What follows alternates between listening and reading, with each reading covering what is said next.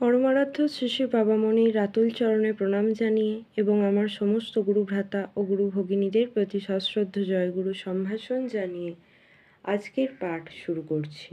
ওম অখণ্ড সংহিতা বা অখণ্ড মণ্ডলেশ্বর শ্রী শ্রী স্বামী স্বরূপানন্দ পরমহংসদেবের উপদেশবাণী প্রথম খণ্ড।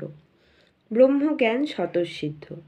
ইহার পর শ্রী শ্রী বাবামণি শ্রীযুক্ত সুরেশচন্দ্র দেবের বাসায় আগমন করিলেন। সুরেশবাবু উকিল শ্রীযুক্ত তারাপদ গঙ্গোপাধ্যায় ও শ্রী শ্রী বাবামণিকে পরস্পরের সহিত পরিচয় করিয়া দিলেন।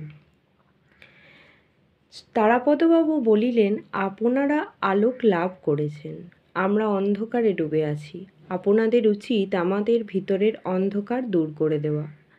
শ্রী শ্রী বাবামণি উত্তর করিলেন, ব্রহ্মজ্ঞান স্বতঃসিদ্ধ, স্বয়মেব সুপ্রকাশ।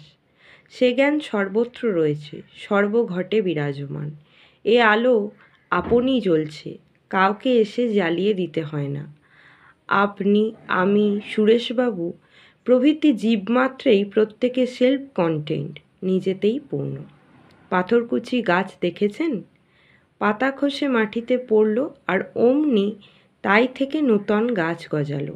গাছ গজাবার যা কিছু সবই পাতাটার ভিতরে ছিল। পাতাটার শুধু প্রয়োজন ছিল মাটির কোলে আশ্রয় নেওয়া, মায়ের বুকে জড়িয়ে থাকা। আমাদেরও ঠিক তাই। পূর্ণতার সব কিছু সরঞ্জাম আমাদের ভিতরেই রয়েছে, কিন্তু নিজেকে পূর্ণরূপে বিকশিত করে তোলার জন্য আবশ্যক আছে শুধু মাটিতে পড়া, মায়ের কোলে আশ্রয় নেওয়া, ভাবের কাছে আত্মসমর্পণ করা।